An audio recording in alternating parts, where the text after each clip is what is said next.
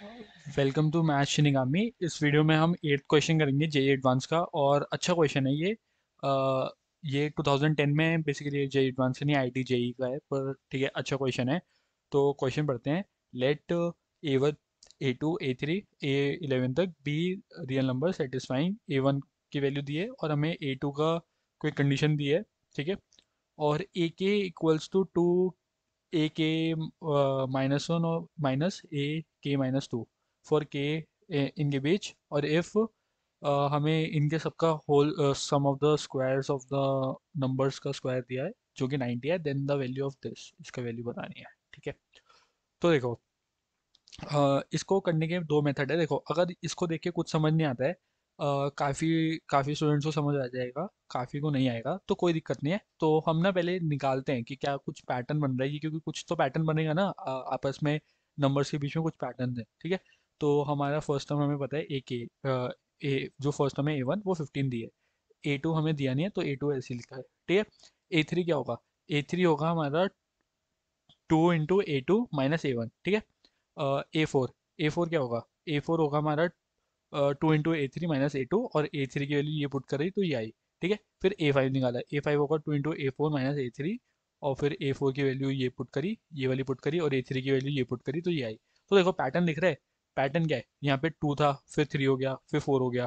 ठीक है। ऐसे यहाँ पे -1 था, -2 हो गया, -3 हो गया। तो ये पैटर्न है। तो बेसिकली ऐसे एक दो निकाल के देखे तो ये पैटर्न है। तो हमें ए एन आ गया हमारा दिस।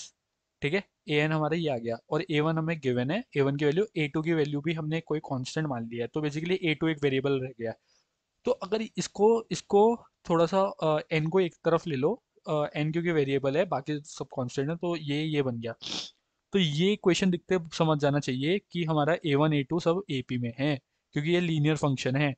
जब भी कोई लीनियर फंक्शन होता है ना, जैसे a n equals to a n plus b होता है। ठीक है। तो ए एन माइनस वन क्या होगा? A N minus A plus B. इनको सब्ट्रैक्ट करूंगा मैं, ए एन माइनस वन। तो ये मेरा क्या आएगा?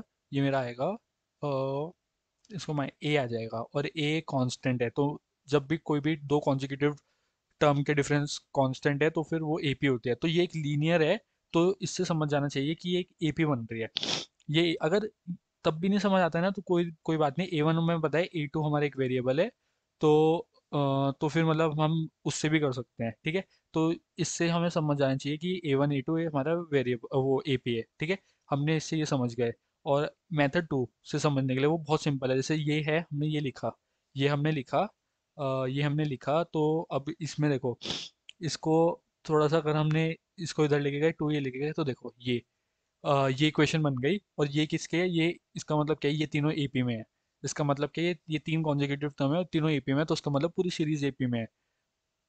समझ आया है कि यहाँ से इसको देखना, तो इससे देखना कि एपी में मुश्किल है, पर जब ये टू दिखे ना, तो समझ जाओ कि कुछ तो मतलब एपी वगैरह लग सकती है, क्योंकि हम हमें पता है ए बी सी जब एपी में होता है, तो हमें बी होता है हमारा A+C/2। ठीक है।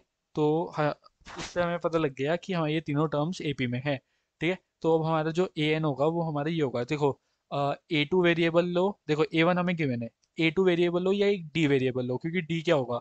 डी होगा ए टू माइनस ए वन। तो हमने डी को एक वेरिएबल ले लिया है, कॉमन डिफरेंस को एक वेरिएबल ले लिया है, क्योंकि फिर डी निकल जाएगा तो ए टू निकल जाएगा, या ए टू को वेरिएबल ले सकते हो तो डी निकल जाएगा। तो हमने ये वेरिएबल लिया है। ठीक है। अब हमने ये पहले के क्वेश्चंस में भी किया है, क्योंकि हमें दिया क्या है, हमें पता लग गया कि हमारी series A one A two A three सब ए पी में है। ठीक है। अब हमें इनका स्क्वायर्स दिया, सम ऑफ द स्क्वायर्स है, तो अब हमें सम ऑफ द स्क्वायर्स निकालना है। इसके ये तो अब हमारा आ जाएगा अगर हमने डी निकाल लिया। ए वन हमें पता है, डी अगर हमें पता है, तो हम ये वाला सम निकाल सकते हैं। ठीक है। हमें ए पी का फॉर्मूला पता है, तो अब हमें इस इक्वेशन से डी निकालना है। ठीक है। तो अब ये सब सम ऑफ द स्क्वायर्स ये हमने पिछले क्वेश्चंस में भी किया है, दो दो क्वेश्चन पहले और किया है। तो ये काफ़ी इंपॉर्टेंट है। तो देखो, ए एन का होल स्क्वायर क्या होगा? ये इसका होल स्क्वायर, हमें ए एन पता ही ये है, तो इसका होल स्क्वायर ये होगा, और हमने समेशन लगा दिया 1 से 11 तक। ठीक है। तो इसका होल स्क्वायर क्या है? ये बना। अब देखो, इसका समेशन, इसका समेशन होगा, ये तो कांस्टेंट टर्म है, तो इसको 11 मल्टीप्लाई हो जाएगा, क्योंकि ये 11 बार ऐड होगा बेसिकली। ये देखो, इसमें डी स्क्वायर कॉमन आ जाएगा, और ये पहले 1 पुट किया तो 0 आया, फिर 2 पुट किया तो 1 आया, तो 11 जब पुट करूंगा तो 10 आएगा, तो ये 1 होल स्क्वायर से लेकर 10 का होल स्क्वायर तक जाएगा। और फिर इसमें देखा, इसमें हमने 2a1d कॉमन आ जाएगा, और n1 भी हमारा 1 से लेकर 10 तक जाएगा। n1 n-1 है क्योंकि, तो इसलिए 1 से लेकर 10 तक जाएगा, क्योंकि 1 पुट करूंगा 0 आएगा, 2 पुट करूंगा 1 आएगा, तो इसलिए 1 से 10 तक जाएगा, क्योंकि 11 तक है, 11 पुट करूंगा 10 आएगा। ठीक है, तो ये ऐसे है। इसका सम हमें पता है, हमें ये हमने इसका प्रूफ भी देखा था वीडियोस में।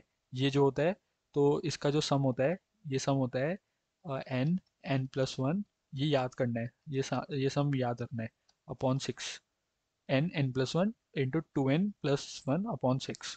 ठीक है, ये आया, तो हमने ये फॉर्मूला लगा दिया, इसमें ये आया। और a1 की वैल्यू, इसको थोड़ा सिंप्लीफाई किया तो ये आया, 11 11 कट जाएगा, 11 11 11 11 कट गया, 2 2 कट गया।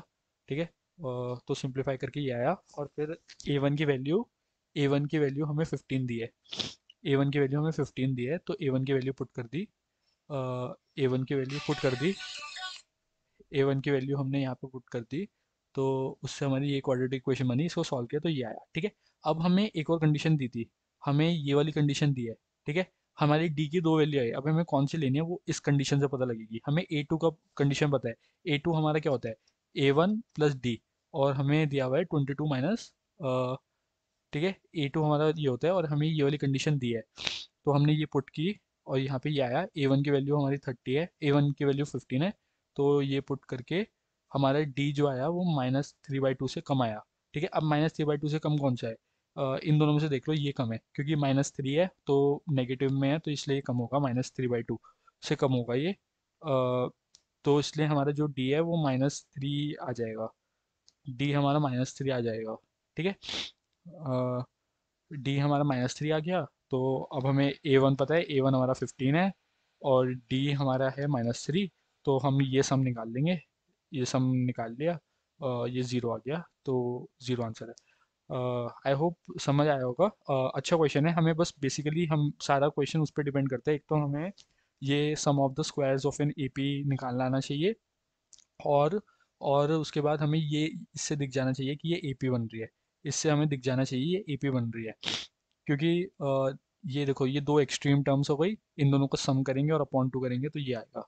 ठीक है, इससे हमें दिख जाना चाहिए, या फिर हम थोड़ा ऐसा पैटर्न बना के, हम हमारी जब यहाँ पे ये इक्वेशन आई, तो हम यहाँ पे भी इसका होल स्क्वायर कर सकते थे, इसका होल स्क्वायर करके इसको सम करके, जैसे हमने यहाँ पे किया था, ये पैटर्न हम फॉलो कर सकते थे, पर वो बहुत ज़्यादा बहुत ज़्यादा मैथमेटिकल इंटेंसिव हो जाता। ठीक है, तो अभी के लिए इतना ही। आई होप कि सब समझ आया होगा।